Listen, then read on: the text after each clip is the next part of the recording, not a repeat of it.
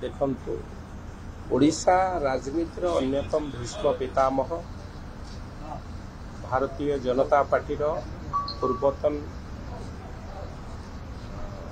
ओडिशा सभापति राज्य सभापति पूर्वतन केंद्र मंत्री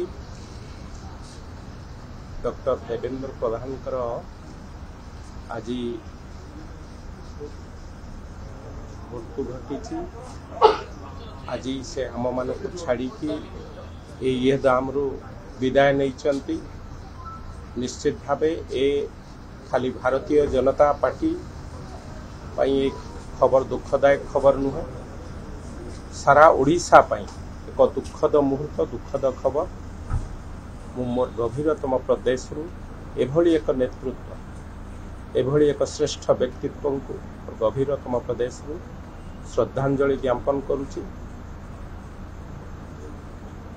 एभली एक नेतृत्व थिले परिवहन मंत्री थिबा समय रे तांकर ऐतिहासिक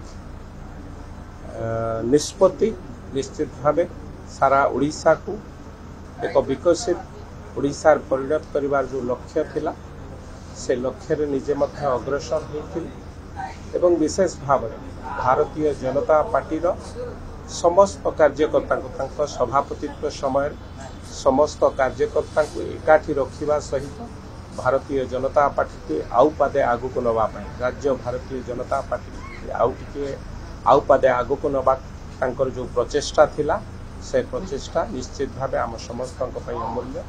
एभली एक श्रेष्ठ नेतृत्व को हरई आमे समस्ते मर्माहत। तेणु मोर गभीरतम प्रदेश में श्रद्धांजलि ज्ञापन।